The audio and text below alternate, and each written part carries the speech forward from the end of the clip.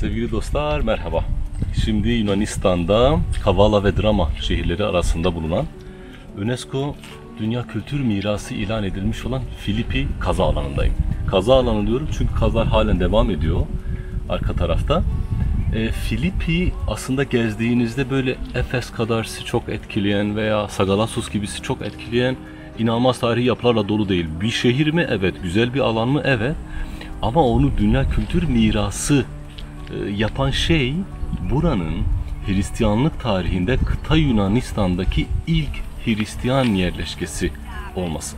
Yani Aziz Paul buraya geliyor, ilk misyonerlik faaliyetlerini burada sürdürüyor ve İncil'e de baktığınızda Filipi bölümünü görüp okuyabilirsiniz. Gelin beraber gezelim. Biraz konuşalım. Neresi neymiş, nasılmış, müzeye de götüreceğim sizi. Biraz bunun hakkında konuşalım.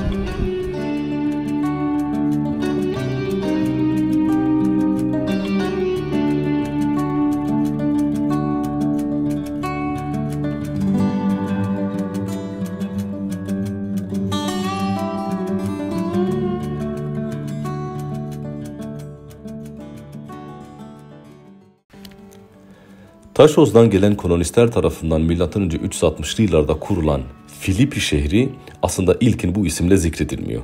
Çünkü Taşozlular buraya geldiğinde buradaki tabii ki suyun varlığı, medeniyetin ve hayatın varlığı bir anlamda, çevresinde bir sürü pınarların olduğu ve bir kısmını, bir sırtını dağa yaslayarak savunması da kolay olabilecek bir şehir kurmaya karar veriyorlar ve buraya Yunanca pınarlar anlamına gelen Krenides ismi veriliyor. Yani Krenides isimli bir şehir M.Ö. 360'da hayatımıza giriyor. Ne zamana kadar? 5-6 yıl sonrasına kadar. Neden mi?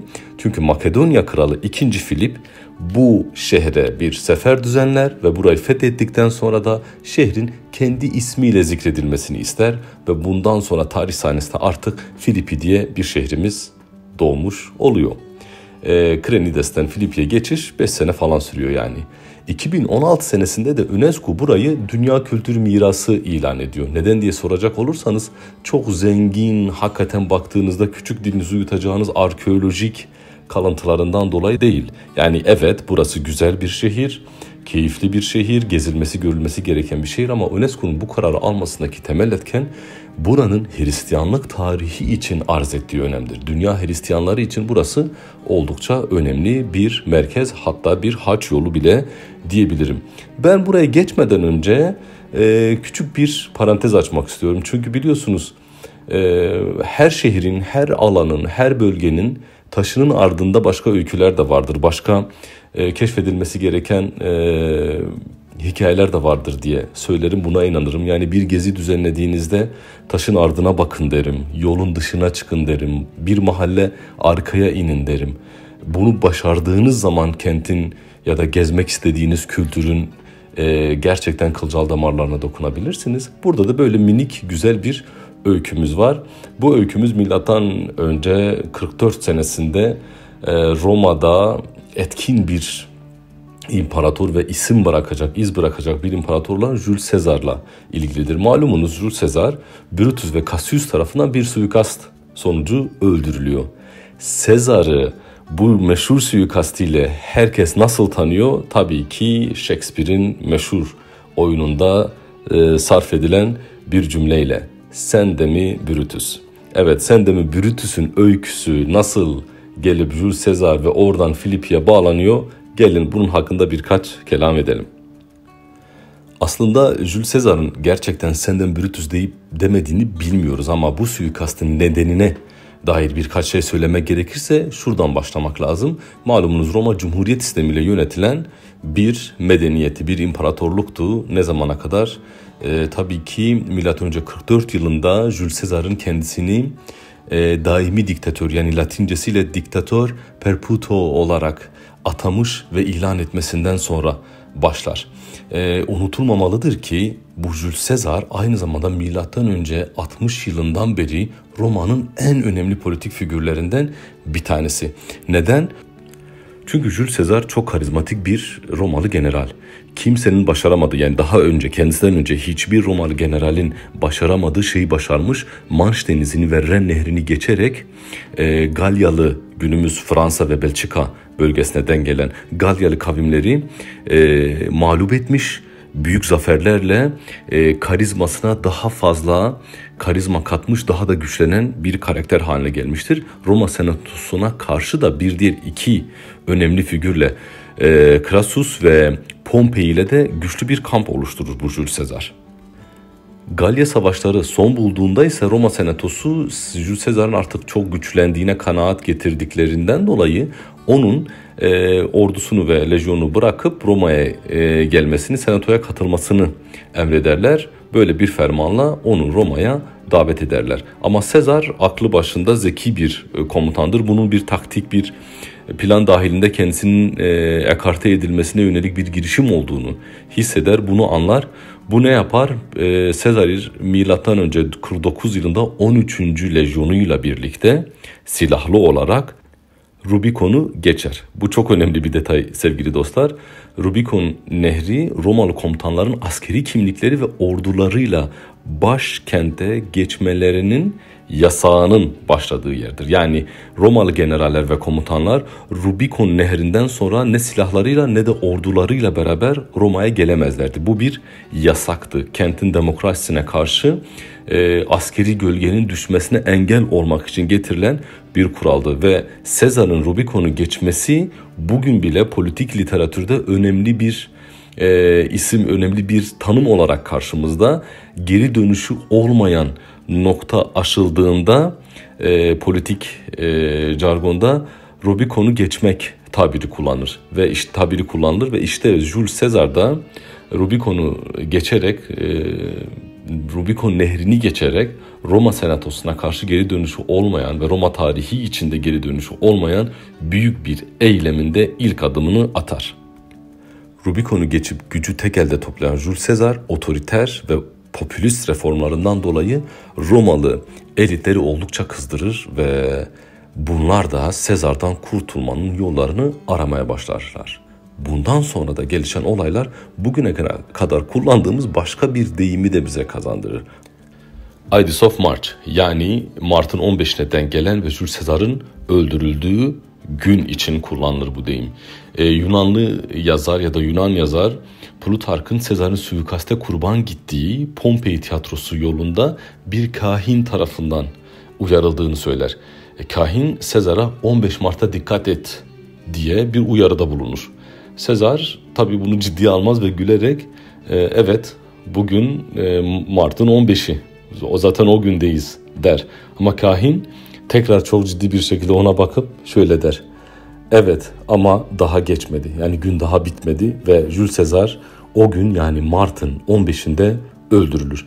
Sezar'ın öldürülmesi de Roma'da başka bir sürecin başlangıcının kapısını aralar. Cehennemin kilidi kırılır başka bir tabirle. Çünkü artık paylaşılması gereken birçok kişinin üzerine hak iddia ettiği sahipsiz bir taht var. Bunun için kim mücadele edecek? Tabii ki Brutus ve Cassius'a karşı kendilerini tahtın varisi ilan eden Octavian ya da Octavius ve meşhur Marcus Antonius.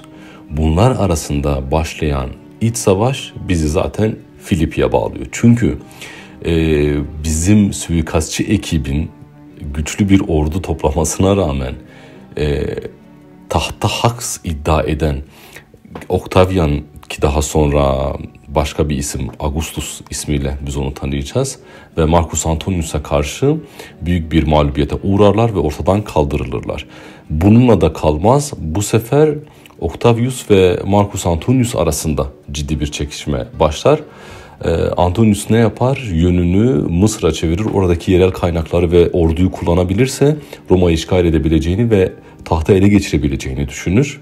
Bunun için kime sığınır? Tabii ki güzeller güzeli, efsanevi Kleopatra'ya sığınır. Ama bunun da neticesi bir yenilgi ve kayboluştur.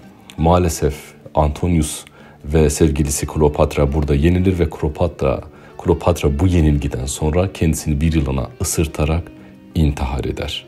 Aslında Bunu okuduğunuzda gözünüzün önüne lütfen Star Wars'ı getirin. O Lucas kardeşlerin yazdığı geleceğe dair inanılmaz hikaye örgüsünde de dikkat edin, çoklu sesin olduğu bir senato, bir çoklu yönetim yapay tehlikelerin yaratılmasıyla bir adamın elinde toplanıyor ve bu adam tüm galaksilere hükmetmeye başlıyor.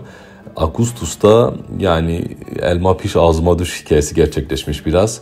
Bu iki suikastçıyı ortadan kaldırması, Sezar'ın öldürülmesine neden olan şey diktatör olması, gücü tek elde toplaması iken bu diktatöryel rejim tekrar bir diktatörlük rejimini, bir imparatorluk rejimini kursun diye yıkılmış oluyor, son bulmuş oluyor aslında. Evet sevgili dostlarım, hep beraber aslında neyi dinledik? Diktatöryel bir sistemin ortadan kaldırılması için daha güçlü bir diktatöryel sistemin kuruluşuna dair birkaç satır okuduk tarihten. Yani iktidar galiba böyle bir şey, hastalıklı bir şey. Oraya vardığınızda, orayı ele geçirdiğinizde kendi kimliğinizmiş gibi size yapışır ve sizi zehirlemeye başlar. Günümüz modern dünyasında da bunun birçok örneğini görüyoruz ki sanırım zaten hal ve durum oraya yöne doğru giden bir dünyanın şeklini bize gösteriyor. Biz gelelim şimdi ikinci karakterimize, yani Filipi'nin tanınmasında, Filipi'nin bu kadar önemli bir yer edilmesinde hafızalarda vesile olan karakter üzerine birkaç kelam edelim. Sevgili dostlar, bu bahsettiğimiz, konuştuğumuz savaştan yaklaşık 90 yıl sonra bu sefer çok farklı bir karakter karşımıza çıkıyor Filipi'de. Kimdir bu? Tarsuslu Aziz Pavlus. Aslında Tarsuslu Aziz Pavlus Hristiyan olmazdan önce hayatını Hristiyanları yok etmek ve öldürmeye adamış olan Saul adında bir karakter.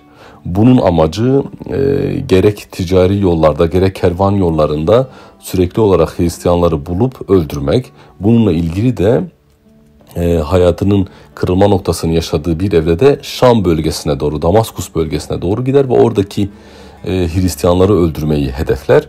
Burada Hz. İsa Saul'a görünür ve bu görünüş onun kör olmasına vesile olur ve 3 gün boyunca bizim Aziz Pavlus, yani Saul kimliğiyle, ilk ismiyle kördür. 3. günde bir mucizeyle tekrar gözleri açılır ve görmeye başlar. Bu yaşadığı mucizeyi bir işaret olarak kabul eden Saul, Pavlus adını alır ve nasıl ki Hristiyanlığa karşı çok şiddetli bir fanatik olarak mücadele ettiyse, aynı inanç ve bağlılıkla bu sefer Hristiyanlığın yaygınlaşması için ömrünü adar ve bu uğurda mücadele vermeye başlar. Bu onun birçok seyahate çıkmasına da vesile olur. İlk seyahatlerinden biri Antakya'dan Kıbrıs'a doğrudur. Oradan da Kilikya bölgesi olarak kabul ettiğimiz Güney Anadolu kıyılarını tarar. Oradan sonra da tekrar Kudüs'e gider. Lakin ikinci bir seyahatinde Kudüs'ten doğum yeri olan Tarsus'a doğru gittiğinde vahiy ile karışık mucizevi bir rüya görür. Bu rüyada bu kendisine bir mesaj iletildiğini kabul eder. Çünkü rüyada Makedonyalı adamların Aziz Pavlus'a yalvararak gelip kendilerini kurtarmasını istediklerini duyar. Ona yalvarırlar. Bir sıkıntı, bir problemle karşı karşıya olduklarını, kendisinin ancak kendilerini bu sıkıntıdan kurtaracağını ona söyler ve Pavlus bu rüyadan uyandığında artık ne yapacağı kesindir. Arkadaşlarıyla beraber yönünü Filipi'ye, günümüz Yunanistan'a ama antik çağın Makedonya'sına çevirir ve kendini orada bulur. Bu seyahatle ilgili de Yeni Ahit'te Elçilerin İşleri bölümünde aynı şu satırlar yazar. Kutsal Ruh'un Tanrı sözünü Asya ilinde yaymalarını engellemesi üzerine Pavlus'la arkadaşları Frikya ve Galatya bölgesinden geçtiler. Misya sınırına geldiklerinde Bitinya bölgesine geçmek istediler ama İsa'nın ruhu onlara izin vermedi. Bunun üzerine Misya'dan geçip Troas kentine gittiler. O gece Pavlus bir rüya gördü. Önünde Makedonyalı bir adam durmuş, ona yalvarıyordu. Makedonya'ya geçip bize yardım et diyordu. Pavlus'un gördüğü bu rüyadan sonra hemen Makedonya'ya gitmenin bir yolunu aradılar. Çünkü Tanrı'nın bizi müjdeyi oradakilere duyurmaya çağırdığı sonucuna varmıştık demektedir. Denizi geçip Makedonya'dan Filipi'ye vardıklarında oradaki bir nehirde karşılaştıkları Lidya adındaki bir kadından söz edilir. Sevgili dostlarım, kutsal kitapta, yani Yeni Ahit'te, bu öykünün devamında orada bu kadının ilk Hristiyan olan kişi olduğu kabul edilir. Yani Lidya aslında isim olarak baktığınızda muhtemelen Anadolu kökenli bir kadındır. Ama kıta Avrupa'da Aziz Pavlus ve arkadaşlarının Hristiyanlığa davet ettiği ve Hristiyan olan ilk kişi, ilk kadın olarak tarih kitaplarında yerini alır. Milattan sonra 49 senesinde gerçekleşen bu Filipi ziyaretinden sonra artık Filipi dünyanın, ya daha doğrusu kıta Avrupa'nın ilk Hristiyanlık kıvılcımlarının patlak verdiği, ortaya çıktığı yer olarak kabul edilir ve bir kilise inşa edilir. Burada tabi Aziz Pavlus hemen kabul görmez burada. Özellikle de köle bir kızın ruhuna musallat olan bir cini onun içinden çıkardıktan sonra halk bunların büyücü veya şeytan olduklarına karar verir ve bunların yargılanmasını dilerler. Ve şehir yargıçları da Silas ve Pavlus'un elbiselerinin yırtılarak çarşı meydanında sopalarla dövülüp hücreye atılmasını ister ve nitekim de böyle olur. Hem Silas hem Aziz Pavlus, ki Silas Pavlus'un arkadaşıdır, çok ciddi bir sopa dayağından sonra kanlar içinde hücrelerine konurlar ama onlar tefekkür eder, oturur, dua ederler ve bu Tanrı'ya yakarışları tüm diğer tutuklar tarafından dinlenirken gece mucizevi bir şekilde büyük bir deprem gerçekleşir ve bu zindanın duvarları yıkılır. Bekçi o zaman uyuyakalmıştır ve uyandığında duvarların yıkılmış olduğunu gördüğünde panikler ama Aziz Pavlus oradan seslenir, korkmaması gerektiğini, kendilerinin hiçbir yere kaçmadığını, burada kendisini beklediklerini söyler. Bunun karşısında zindanın veya işte o hapishanenin bekçisi bunları eve götürür. Bu mucizeye tanıklık ettikten sonra da onlara iman getirir ve bir an önce salı verilmeleriyle ilgili gider şehrin hakimlerine başvurur. Şehrin hakimleri de kendisine onlara evet kapıyı açıp salı vermelerini telkin eder.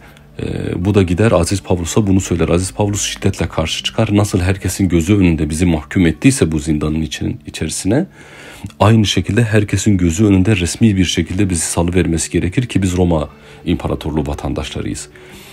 Bekçi bunu ilettiğinde, gardiyan veya bekçi diyelim, hakimler paniklerler. Çünkü kendilerinin Roma vatandaşı olmadığını zannederler.